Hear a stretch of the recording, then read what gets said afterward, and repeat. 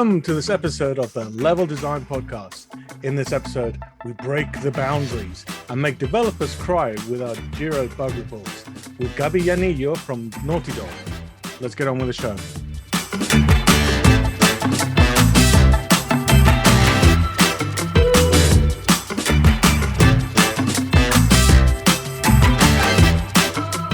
Hello and welcome to this episode of the Level Design Podcast. I am Mark Drew, and joining me in this edition is Valentina Chrysostomou. Say hello. Hi, everybody. Johnny Wilson. Say hello, Johnny. Hey, everybody.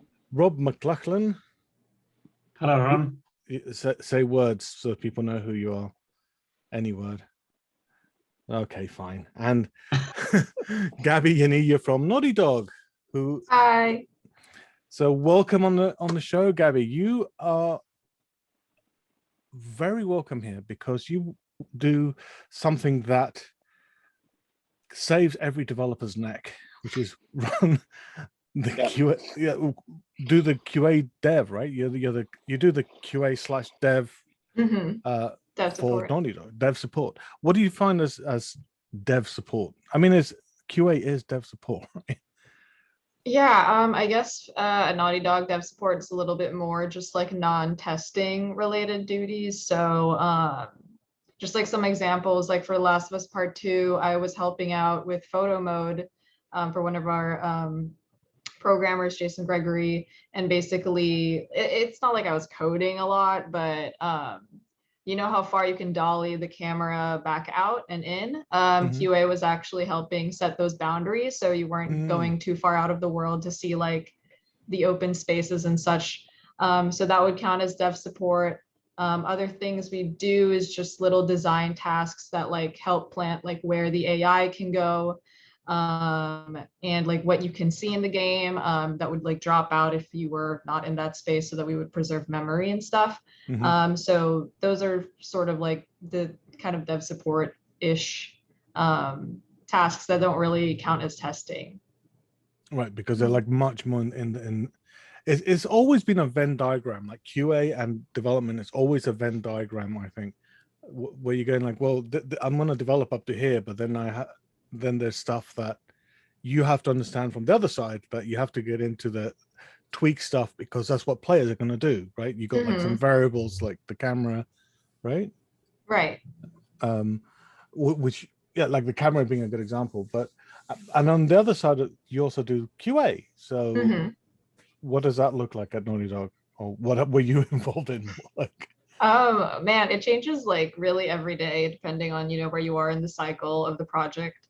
Like when I joined the team, we were at a good like middle point, I would say. So it would range from anywhere like playing through a level over and over and finding like different issues, reporting those, getting those regressed. Towards the end, we were just doing longer playthroughs. So you'd be playing the game just like hours and hours on end to make sure there weren't any long repro bugs. And just kind of seeing like each of those individual pieces you were working on fit together in the bigger picture. So it's funny, I feel like I don't really do as much of that anymore because I'm doing more like management of the team. But yeah, QA at Naughty Dog definitely changes like day to day. Because I used to do like localization QA for Square Enix. okay. And that was more like kind of like, oh, this game has been finished. You're mostly looking into typos and grammar issues and not so much like new content. But at Naughty Dog, since it's dev QA, it's a lot more like iterations every day and things are just new. It's cool what you said about localization because I think people when they imagine QA, they imagine playing games, imagine testing the flow. Basically, you just play it every day and that's all you do. Whereas like you can break it down to localization and you just continuously just test language related subtitle stuff, that kind of stuff. Or you can break it down to, I don't know, in The Last of Us, you have a horse, you could be just doing QA for 6 months to like test, I don't know, horse mechanics and systems that aren't just playing the game. It's just like specific stuff. Yeah, so it's cool to see like and hear like the different types of QA that exist, and it's not just playing games. It's like you continually test maybe a system all the time, if Mhm. for months on end, maybe. If you're for multiplayer, did you ever do multiplayer for The Last of Us? Because that would be interesting to talk about for QA there. I haven't. I just did mostly like single player stuff. So that's kind of like my line of Okay. experience. So yeah. Talking about experience, how did you get into this? Because one of the things that you did mention to us is that you played The Last of Us, the first Last of Us, and that's what got you into like, actually, this might be a job. This might be a career, right? Never mind a job, a career. How did that jump from like playing, going like, damn it, this is too good, I need to get into this, to being into like the company that made that original game, right? Right.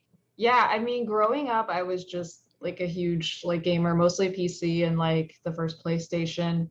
But I'm from the Philippines, and that wasn't really a like career that was possible, at least back home. So I never thought of it as like something I could like do. I don't know who I thought made video games or like what actually went into it, but when I moved to the US, I was still kind of trying to figure out what I wanted to do. I think I wanted to be like an architect at some point because I wanted to play Sims all the time. And I was like, yeah, that translates completely to architecture. Exactly the same thing. It's the same thing. Like, then there was all this math and physics, and I was like, what?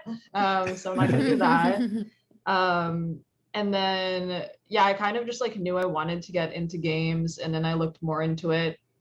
I think I played Last of Us like right before I got into college. So that's when I knew that I wanted to pursue that like for real. So I studied computer science with a minor in game development at my college. And so that kind of set me on the path, and I never really looked back. I feel like I was rare in the sense that like I knew so many people who didn't really know what they were doing, like and just like went into college like undeclared. But I was like, I'm gonna go into the game industry. And I think I feel like Last of Us like definitely cemented that. Just like it fit really well with the timeline of where I was and what I wanted to do. So You went into college with a very clear focus of like direction of where you wanted to end up, which is like you mentioned, like a lot of your friends at the time didn't have that. And I think when you want to get into games, if you start at college level with that direction, that's like you more likely that's where you're always going to end up, right? Whereas if you go, I've seen people start it because they think, oh, it's going to be really cool and really easy to play games all day. You suddenly learn what's involved in development. No, this is not for me. I'm out. I just want to play the games. I don't want to go beyond that. But it's good though, and you know, like you fix it on that point and have that direction. Yeah, my parents definitely wanted me to have a backup, because if I went, I think more so on like the artistic side, like digital art, they'd be like, oh, what else could you do if games didn't, you know, work out? But with computer science, they were like, okay, like you have like tech to fall back on. So they were less like strict about that. Meanwhile, all of my cousins were like going into being nurses and like doctors and stuff. They never forced me through that medical field path, thankfully. So I was just hoping it would work out in the end. And it did. And it did. I think it's kind of interesting, because the product is not the career, right? How can I explain that? As you said, judging is like the parents see the kid playing the game and it's an enjoyable thing, it's a toy, but they don't then equate that there must be like some people making this. But you do that for other media, right? Because you've got directors, you've got things. You don't look at a movie going, these movies just appear out of nowhere, you know? You know, that you go like, well, there's a cameraman. And if someone says like, well, I want to be a cameraman, they go like, okay, well, there's going to be a career for you, right? And I think it's just the amount of time that industry has been about, right? Okay, so it's not that much, it's 100 years or so, but give it another, I don't know, another couple of weeks, you know, and I think finally people will start taking that a little bit more seriously. I don't know if I'm correct about this, and I'm sure someone's going to put something in the comments below or tweet at me, but pretty sure the game industry makes a lot more money than Hollywood, right? Especially, well, the UK game industry is like... Yeah. I'm pretty sure it's larger than the movie and music industries combined. Yeah. Right. So in industrial terms, I'm not talking, you know, like I'm talking about proper industrial terms. there is a career there must be careers there. It's not like two guys in a room going like, what are you making this week? I'm gonna make GTA 6. What are you making? I don't know, Call of Duty. Yeah. You know. But I think it's like you kind of touched on a little bit there, Mark. It's like it's the age of the industry, right? A lot of this stuff just wasn't known. Like I remember even when I was starting out and I was still in university, I knew about the industry, but it wasn't in the public eye as much. It's like if you go down now, you don't have to be a gamer and someone knows what Fortnite is or someone's heard of Minecraft. It's like those things hadn't happened yet to be these industry movements to where it is in mainstream media so much now. I mean, I don't have any prior knowledge about this, but I think when that will change is when a company like Epic, as an example, buys Disney or buys another big media company, and they become a, you know, might be a bad example, but when something that everyone knows about suddenly gets bought by a game company as part of their acquisition. I'm looking at Epic because they keep on buying loads of companies for different reasons, but that's when I think it might enter the more common parlance. But then having said that, and Gabby's here with us, and you don't have to comment on this, but Sony, you know, you have TVs with Sony on them and stuff like that, you know, so Sony's and they publish games essentially, right? They're games publisher. Have a whole console, yeah. It's like... They have a whole console about it, you know, they really got invested in this. And but I don't know, it has to get into the public parlance of these are things that it's the proper careers. But I'm really interested in your origin story, Gabby, and on the subject of the of that perception of the industry on the outside. So you said you were very keen to get into games, but what was your perception of what the industry was, and did you have anything that you thought that's the thing I want to do, or did you just look at it and go, I want to get into that? Yeah, that's kind of what I wanted to do. I was just like, I want to get into that. Like Naughty Dog, I feel like was such a far pipe dream. I was like, there's no way I'm gonna get there like until I'm like in my 30s or 40s or something like that. Like I always thought it was kind of like an end game. I just knew, like I did a bunch of different things like in college. My focus was actually level design. And I was like, oh, that's probably what I want to do. You're the right podcast for that. Exactly. Absolutely. Among friends here. Yeah, and I did that for like a bunch of my projects, and I was like, this is really cool. But then I feel like at least my college, like I didn't feel like super prepared to really translate those skills like right out the gate, because I was more focused on like my computer science degree, and there were all these things I didn't really care about, and I was just like, I want to focus on like the game design or just like game development minor of it all. And so I didn't feel super prepared to just like jump into that. And of course, like with a lot of new jobs, like out of college, they're like, you need 3 years of experience for this associate level. Jobs, entry-level jobs in the industry. 5 years. So I was like, I don't know like how to go about that. I just knew that I wanted to be a part of the industry and to specifically be a part of, you know, companies or projects that like mean a lot to people and could touch people in different ways and like reach like a really wide audience, whether it be through their complex characters or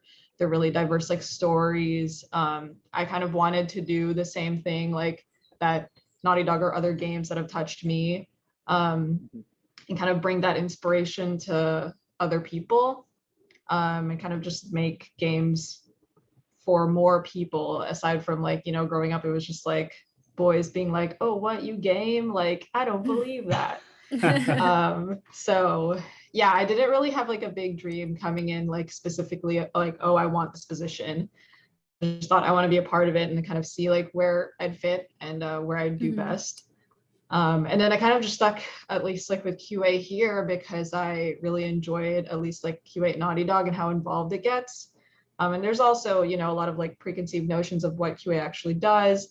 And I feel like here, like we break so many of those boundaries and it's just like so much more than like, you're just playing the game all day. Like nobody really talks to you. You're not supposed to talk to any other devs or anything. So, and I felt like this is like a great way too, to like put my voice in for people who do want to, you know, use it as a stepping stone, even though, you know, there's people who actually want it to be like their careers. I feel like I can help people grow in that sense and help them figure out what they want to do or if they want to stay in QA as well. So I feel like my voice matters a lot here. Brilliant.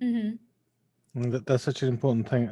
Yeah. Some of the origin stories of a lot of people, I found that, as we were saying earlier, it's an industry, and it's like, well, how do I get into it? It's like, have you tried applying for jobs and doing the background, finding out what jobs they have and what, you know, and I think a lot of there's a lot more people than informed imagine actually get jobs in the industry because they've studied to do that, right? It's kind of it goes with it. It's becoming far more professionalized nowadays, isn't it? I mean, 20 years ago, it was a far more informal entry into the industry, and there's a sort of very diverse and strange, but also quite homogenous group of people who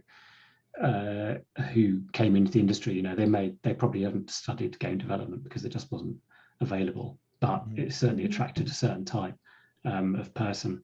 I feel like the industry is getting more diverse now because there are more secure routes into it with the courses, the college courses, the university courses that do exist nowadays. But obviously a lot more work to be done. Why do you think QA is a department that doesn't get as much recognition as other departments, though? Gabby, do you have any like opinions or insights about that? Why do you think QA is like disregarded sometimes, even though they're just another department in the game development like world? Why is that not in the same level? Yeah, I think it is because QA has always been branded as like an entry level job. And I know like specifically just like in movies and stuff like Grandma's Boy, where they're just like, this is what QA does. And it's like, I feel like that has helped to like kind of give the image of it as like, oh, it's just a bunch of people like playing games, not really doing anything, like not really caring about like the projects that they're working on. And then also because it's like entry level, like they keep like the wages pretty low. And so it's just like hard to kind of like equate like, you know, like this amount of work, like how much is this actually worth? Like, and it's also different like between each company, because, you know, like each company like might treat their QA differently, and like the titles are also just not the same throughout. So, you know, you could be a lead somewhere and then that would count as a lower position or even a higher position like elsewhere. There just really isn't any uniformity in what exactly like QA does. And so I know like some studios have just like straight up like moved away from the QA title and went more into like dev support. And that kind of just like gives them like more ability to kind of like push for like higher wages and like different responsibilities and stuff. And kind of just like redefining what QA is. But yeah, I think the fact that like most, at least like when I only started in the industry like 3 years ago, but I remember like talking about like, oh, like wanting to apply for QA, and like my professors would be like, well, like be prepared to, you know, be on contract like every 2 months and like switching like project to project and whatnot. So I feel like that wasn't super helpful, and it's really hard to find like a long-term like QA gig, much less like a full-time QA gig. So I think that's why it's kind of still like trying to be redefined as something better. And I think that's also part of why I wanted to stay in QA here, is like, hey, we're actually, you know, doing a lot more. It's not just about, you know, getting into QA and wanting to like leave immediately to go to a different position. Like there's a lot of work to be done here, and an important work at that. So and correct me if I'm wrong, but I think in the rest of the tech industry, QA is like more, it's like it's kind of on the same level, but for some reason, specifically in the gaming industry, they don't treat it the same way. And I'm just wondering whether that's outsider influence or whether that comes from within the industry itself, and the industry itself doesn't believe as much in its QA departments for whatever reason. And it would be cool to know how it all started, because Mark, like Mark was mentioning before, he like leads a QA department, right? And the tech industry, that's very like separate. And correct me if I'm wrong, but that's they aren't on the same level. The tech industry doesn't like disrespect their QA as much as they do in the gaming industry, do they? Or how would you say? I think it's a scale thing. I mean, there's no disrespect to any people in QA. Yeah, what I'm I just saying, mean. at all. No, I think it's a scale thing. It's a scale of a company thing. Once you get to a certain size or a certain complexity of the output that you're doing, you need to have QA. You need, I mean, even if it's another developer testing your stuff, and that's why I think QA. We're talking about QA as a. I think the better way is to call it dev support, as Gabby is calling it, because QA makes you think of someone at the end of a production line just putting the sticker going, yep, checked it, it looks okay. Right. But that's really not it in complex systems, games, websites, software, right? I mean, the software at the end of the day, we're all building software, we all have to, it's got a feature, it's got to work how you defined it. So I think the gaming industry has this issue because they started by saying we need game testers. And game testers is someone that is there to test, like, did it work? It's like, that's a very low bar, right?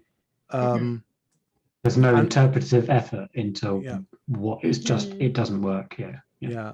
But what makes more sense to me is this whole idea of dev support is like, as devs, we want the thing that we're building to work right all the time, because it's a long process, right, Gabby? This is not something that we're talking about earlier in the pre-show, which if you're a Patreon backer, no, I'm joking. But we're talking about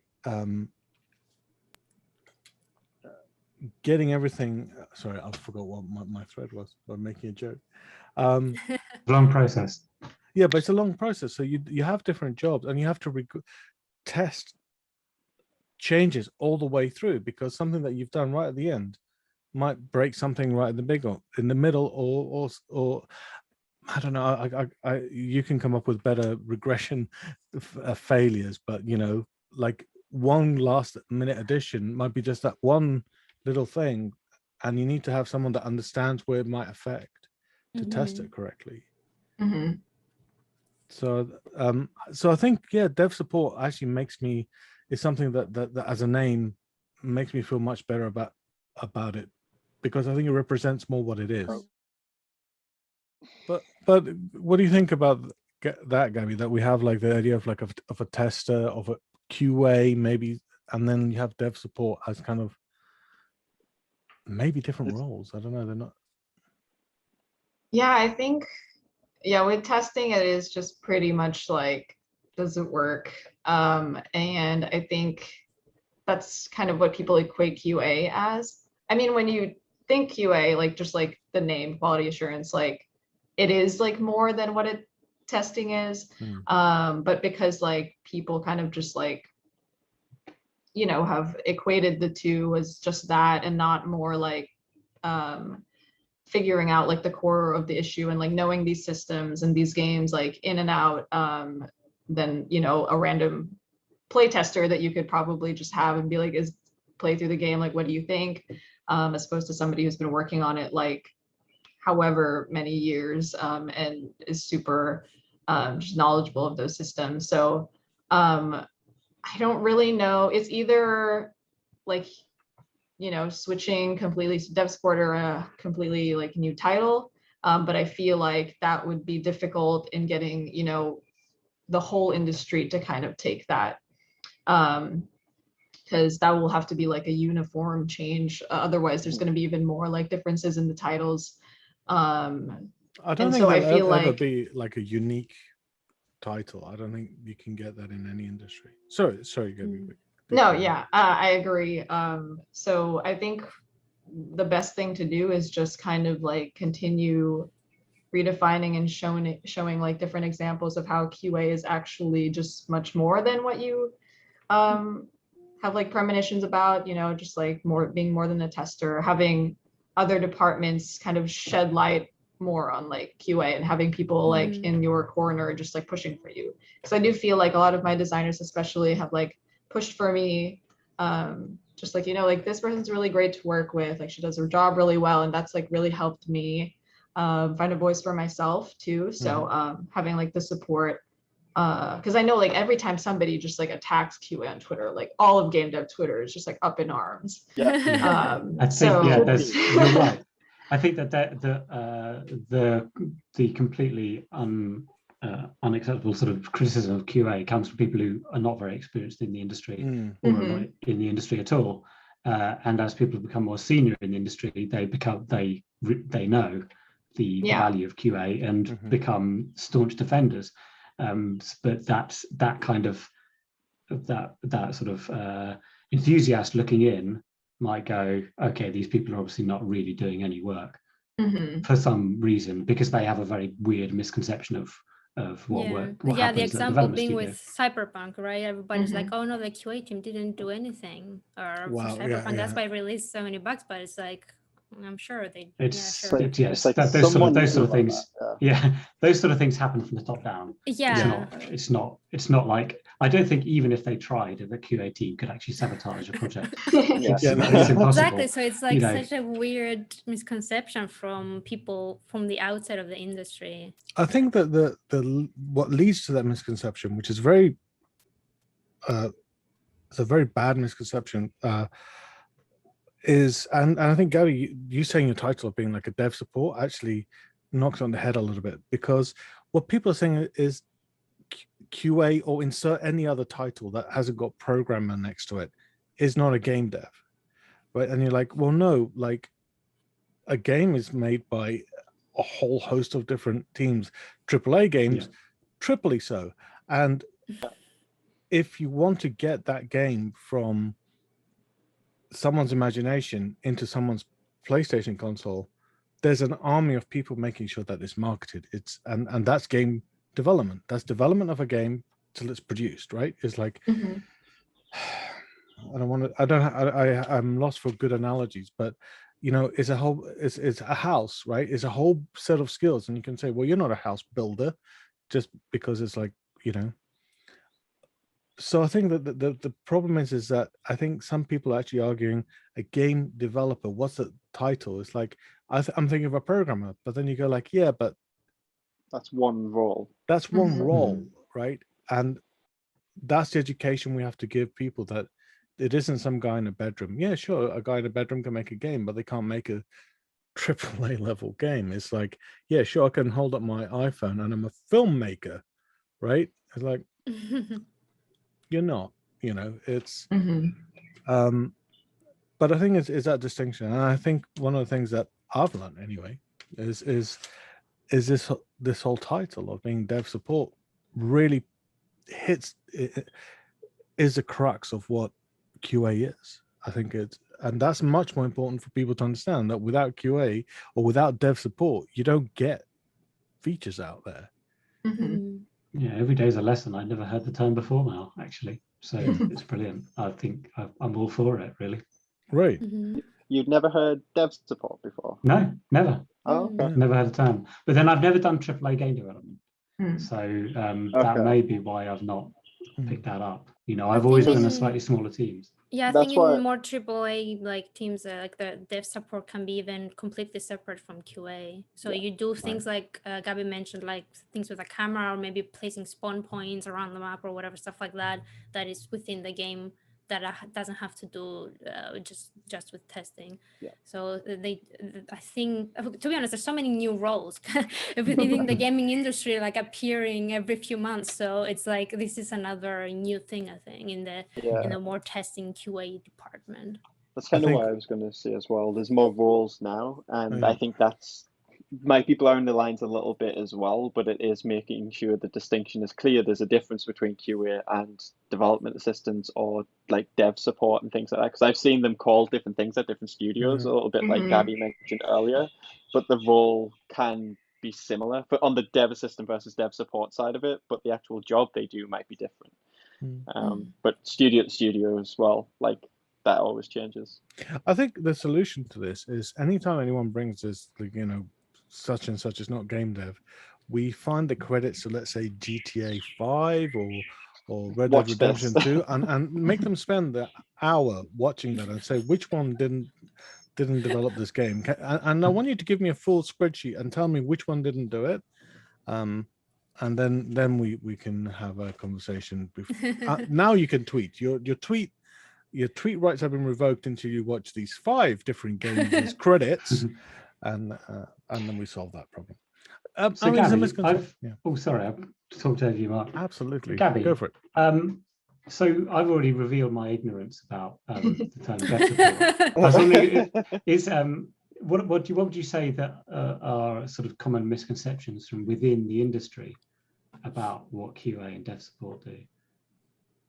From within the industry? Yeah.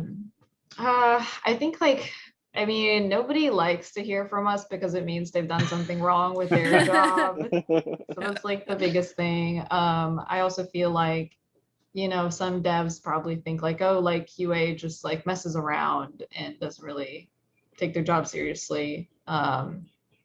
So I think those are like some of the misconceptions, or that we're not very good at like communicating, and they're just like kind of awkward, like when talking to like other departments.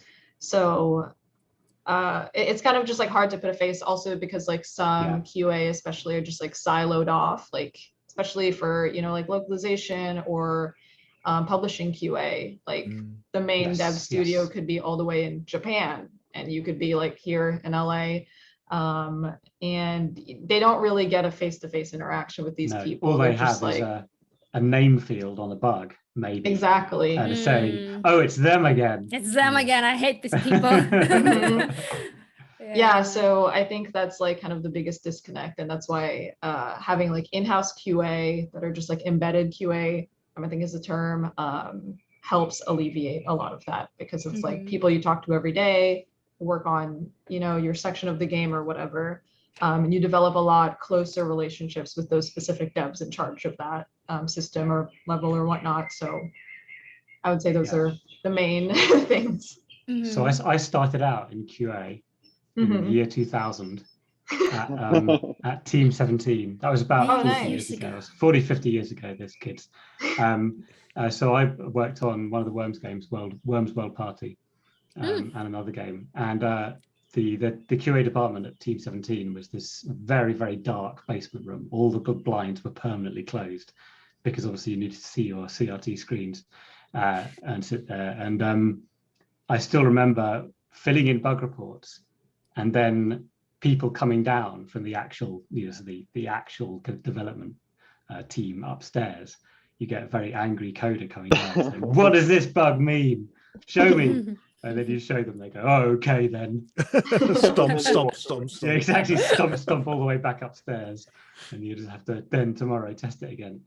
I think that it sounds like, Gabby, that Naughty Dog, that you, certainly your department, are much more closely integrated with the team, which sounds brilliant. It sounds like that's the way to do it. It's to integrate and get closer.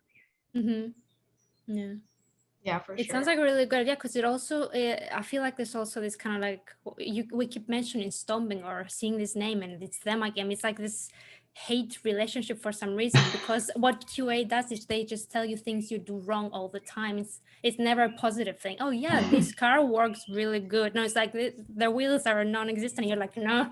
So it's like, for some reason, I think a lot of developers themselves are also at fault, because they it's their job to tell you what you've done wrong. It's not like it's not personal or anything like that. And I feel like there's this kind of, it can become heated for no reason. And how dare this person come along and fill in my text box with 32 capital letter W's and cause it to overflow across the screen. How dare you do that? I knew that could happen, but how dare you do it? How dare you actually do it? No one's going to do that. It's like, trust me. They could though. Yeah, they could. But so the queue at Naughty Dog must have changed a lot because that's the Last of Us 2 is one of the how can I explain this? How soon into production did you join to see the various different aspects of it, I guess? You know? So I joined in August of 2018. So that was about like 2 years before we actually shipped. And so I would say, like, I think like I got in where they like really needed people to test. because there was like enough of the game to like test, aside from like, you know, like the title cards and stuff, or like cutscenes and whatnot. But I think I joined like at a pretty good time where there were still things getting put in or getting cut out. So I saw it from like Block Mesh, and that was really cool, because now having like seen the final product, I was like, oh, I saw that when, you know, the horse was just like falling out of the world and stuff. And I hadn't really like known what like a game that early looked like. And at some points you're kind of like, I have no idea how this is gonna, you know, look as polished and beautiful as it is. And then one day it just is. And it's really a wild experience seeing that. I mean, and it really does feel like your baby. And I'm sure like there are definitely people like longer. I mean, there was like 5-7 years or something on like that whole game development cycle, but it really like cranked out in the last couple of years. And I feel like I got there like at a pretty good point where I got to see things just like from their most bare state to like all of the environment art and mechanics and everything. And it was just a really rewarding experience. You go there to see the magic happen, right? Because everybody else has been there like going, yeah, no, I've seen this skeleton run across this white block mesh, but you got there to see like all the magic appear. And that is brilliant, just so good.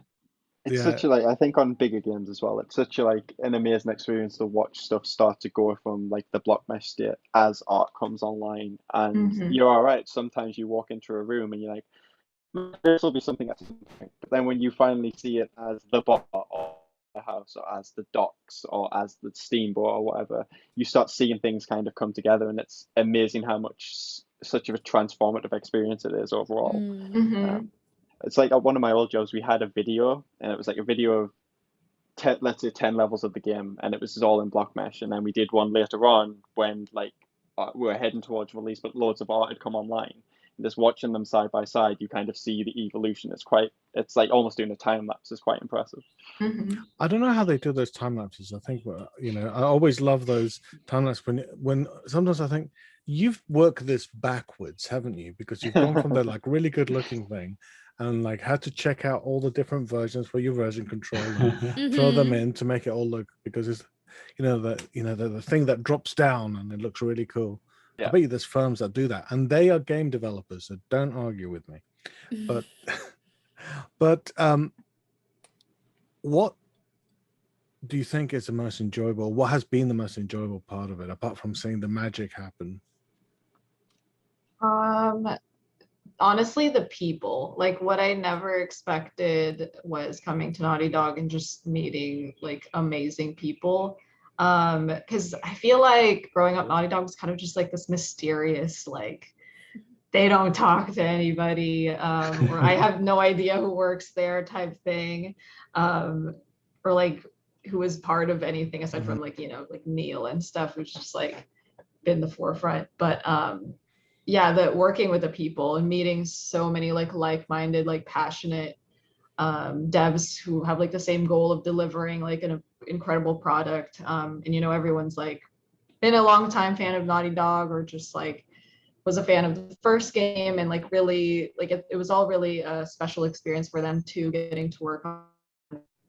And yeah, that was really the most rewarding part, because I've made like lifelong friends who just like outside of work, I love hanging out with these people too. It's not like we're all stuck together for like hours on end, so we have to like each other, but you know, everyone pushes each other to be better. There's a lot of support coming in from, you know, in and out of the department, and just like sharing all those like same goals and values. I feel like it's just really difficult to find that just like at any other studio, and to find like that level of passion that goes into the project for sure. That's really inspiring, isn't it? It's like when you've got someone like a whole team that are pushing forward in the kind of like the same direction. It's it's kind of self-propelling, because like you get more motivated, and then they get more motivated, and it shows in the output. Right, the momentum. Thank you. Words are hard.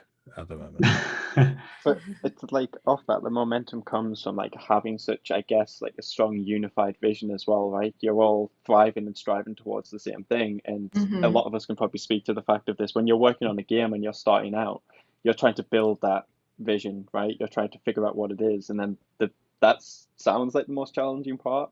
Yeah. But it's actually getting everyone on the same page, and everyone is singing from the same hymn sheet, as in they understand what this vision is. So you're striving towards the same goal. That's where the real challenge comes in, because until you hit that point, it's really hard to get any, like Mark said, momentum or traction on the actual building of the game. And it could, Right. at the beginning, can be quite hard, surely. I mean, Yeah. Often game development at the beginning, it's just like one of those fight scenes with just like a kind of ball of dust with arms and legs sticking out of it. And somehow, most of the time, if you're lucky, a vision will emerge from that and then start. That, yeah. Exactly. Yeah. Or it's a lot of whiteboards with scribbles on, and eventually something comes out of that too. So.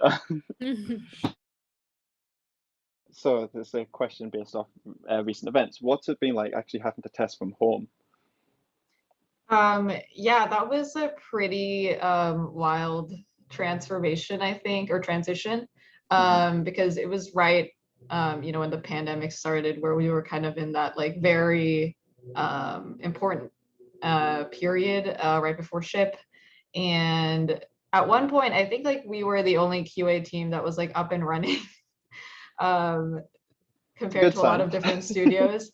And it was actually like QA was the first to get online and help a lot of other departments get online. We kind of had to lug all of our like equipment home at some point. We're working remotely and like using VPN to go into our systems at the office. But QA really pulled together in a way that I expected it, but it was just like wild to see. And we got all of the documentation needed to get other departments up to speed in terms of like working from home. A lot of it was just calls, like keeping in constant communication. And everybody was just pretty much like serving as kind of like another subsequent section of like IT, where it was just like QA and IT like working together. And I think like we did as well as we could,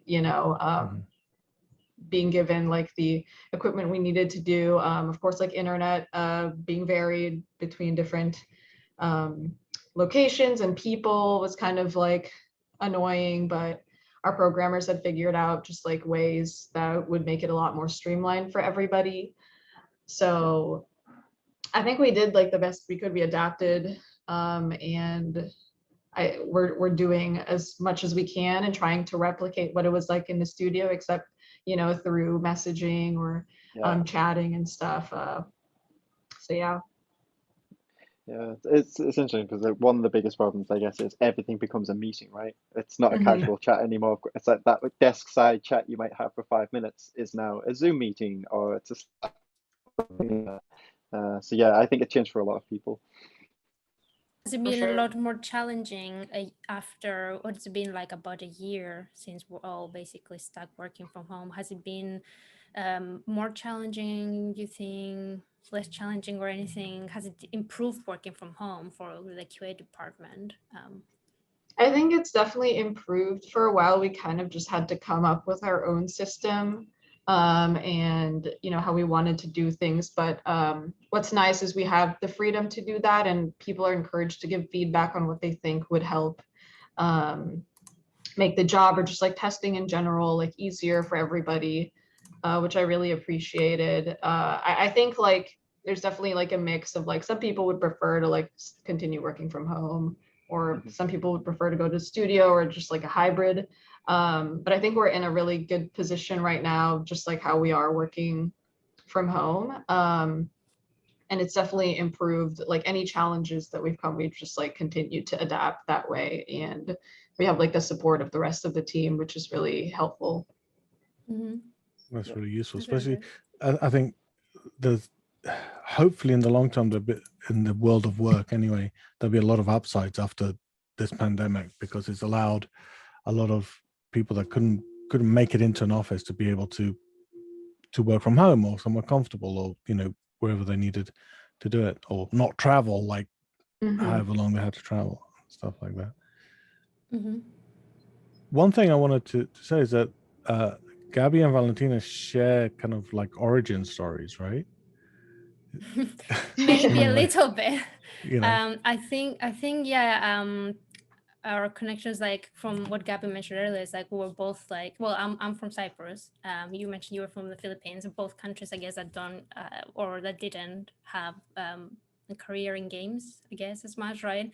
And then, to be honest, I always wanted to work in games, but what actually made me want to work in games is like when I played in 2013 Gone Home and The Last of Us, like both came out that year, and during the summer I think they were both came out. I don't remember exactly. And it's like, yes, games like that is what I like.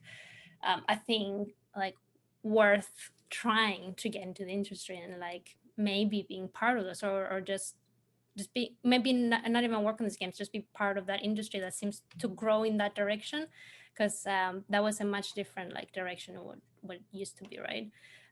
So I think in that aspect, like we share that part. And yeah, after that I've also like got hired at another you could say dream company too, because I worked at Rockstar, and it was like I used to play their games all the time, and working on Red Dead Redemption 2, it was like you working on The Last of Us, basically. It felt the same for me. So it's kind of strange how we have like it's two different worlds, but like it's a sort of parallel in a way. So that was nice to hear you mentioning that, because I feel like other people can also listen to these stories, and I think they can also, if they want to, and they believe in themselves, and even if their family doesn't believe in them or whatever else, I think you can still do it. And our industry is way more open now and inviting, I think, in comparison to what it was even 5 years ago. So yeah, that's always great to hear. I agree. I also loved Gone Home. When Gone Home and Last of Us was like back to back, like, oh my Yeah, God, I gotta go in the games. So we touched on this a little bit earlier. So like, what advice would you give? I mean, you've made it to your dream company, right? And the hopefully, and yeah, my peak. Here we go. Oh no, that's it. Yeah. We got to talk about what's next. Yeah, no. What I was going to say was, what advice would you give to people that are trying to come into an industry? Like, how should they apply for jobs? Like, maybe, I don't like doing this format, but like, so do's and maybe don'ts, like, of applying. Yeah, so actually, like this year, I became part of like the hiring group for QA specifically. So, I mean, of course, it differentiates like between each company, but at least here, like we like to find people who specifically want a career in the games industry. Because I feel like people who just like want to get a job to get a job, and we would like people who at least like have aspirations to have like a long-term career and help them like get to there, however that may be. I think, of course, having a portfolio, if you do want to specialize in something, definitely helps, because it shows that you're dedicated to that craft and have been working on that. And I think like it just like puts you a little bit more ahead of somebody who does not have one. I don't think like necessarily like having education in game design or development is needed, but again, like having a portfolio that just shows that you went out of your way to learn these things on your own and just like make something out of it. Doing research on the company helps a lot too, and not just sending like mass applications. Like I would say like, Wow. if you have a personal connection to the team or the games that they make, like that especially helps you stand out, because we want to work alongside like people who care about the same products that we do, and just like what I was saying earlier, have the same vision in that sense. So just people want to work in games, just use one company to get to another company, and that's not always like super great, because we want also like people we can foster long term and help grow from inside. So yeah, I mean, it's kind of like an investment for both us and for the employee. Like, you want to be here, like we want you to be here, like we want to know if we can work together really well and like make something great, essentially. So I'd say that. In terms of like don'ts, yeah, and like not really like the mass application thing where it's like, oh, like I really want to work at said studio that's not actually our studio. We're like, oh dang, you were doing so well. Oh, dear. Yeah, dear and- insert company name here. You know, Exactly. And I don't really know if there's anything I would say is just like a big deal breaker. I don't think there's also a specific set of things that we look for, because like each person brings like a different trait to the table. So and sometimes people have to remember that, right? Is Yeah. that they should be showing that. It's not. I've read some CVs. It's like it'd be great to work for Naughty Dog because Naughty Dog is a great company and it'll give me a great salary and it's all about me, right? But if you say like what I want to bring to Naughty Dog or any other company, I'm sure is like where you say like, well, what do you bring? You know, why is, you know, why should they hire you? It's like, because, you know, I want to add to the team. I think I'd add X, Y, Z to the team. And I guess people, as you said, you know, even though we said that sort of testers, for example, would be lower paid, but it's also because the company's investing in you to know their systems, right? Because once you know the system of testing something, you'll be taught, you'll be guided. I'm going to put this as an example out there. You'll be taught Jira, which means that if you go to another company, you now know how to use Jira. You know how to use that, you know, how to report a bug, how to do all these different things that you wouldn't have before. So there is an investment from the company side, and it's a kind of a two-way thing. I'm talking about very junior people. I'm not talking about like people that already have long careers. And as you said, is show your cards, show what you bring, and you know.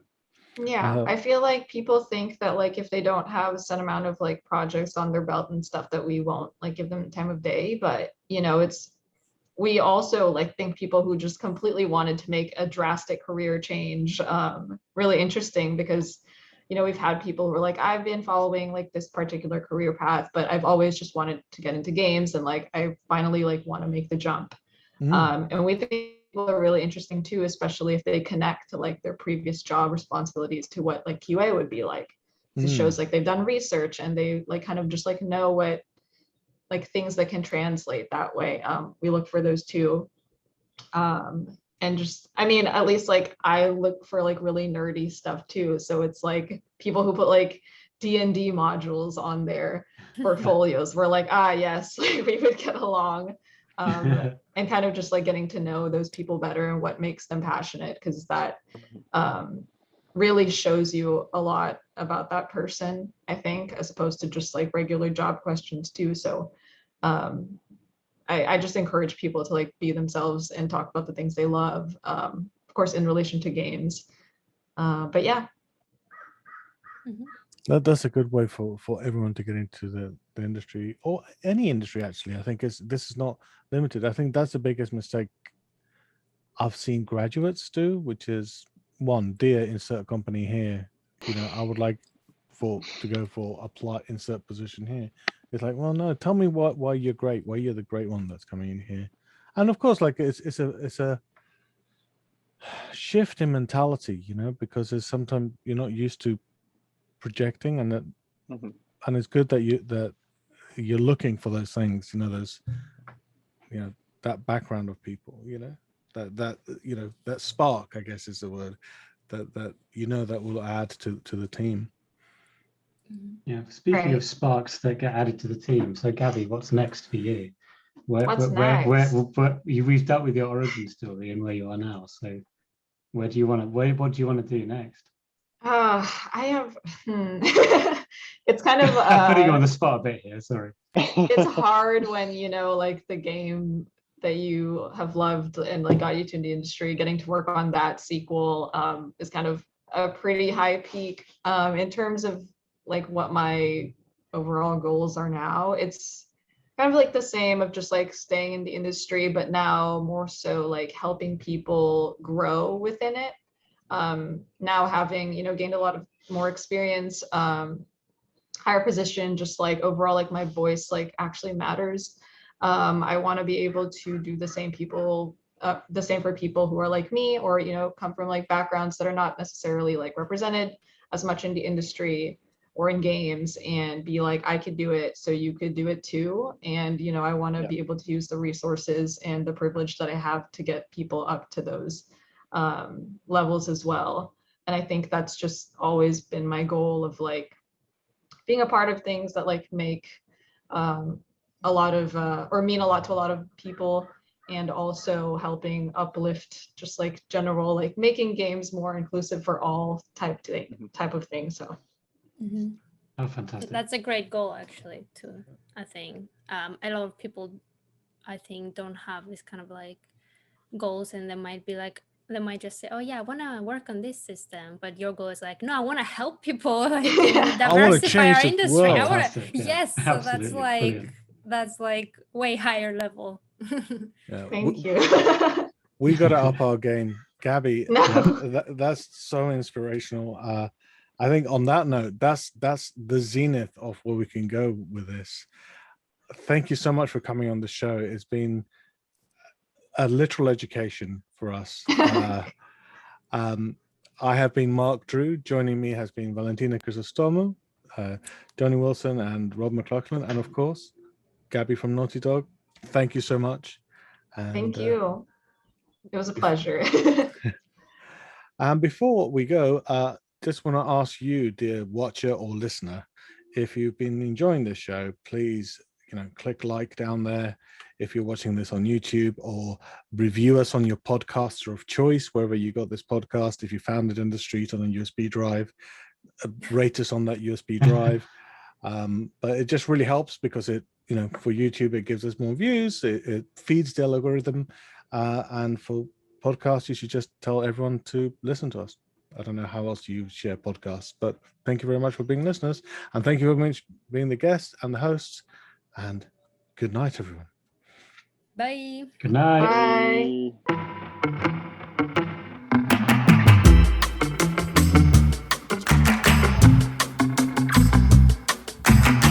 The Level Design Podcast is a Command Studio production. Our editor is Matthew Lever, and this episode has been produced by Ash Rhodes.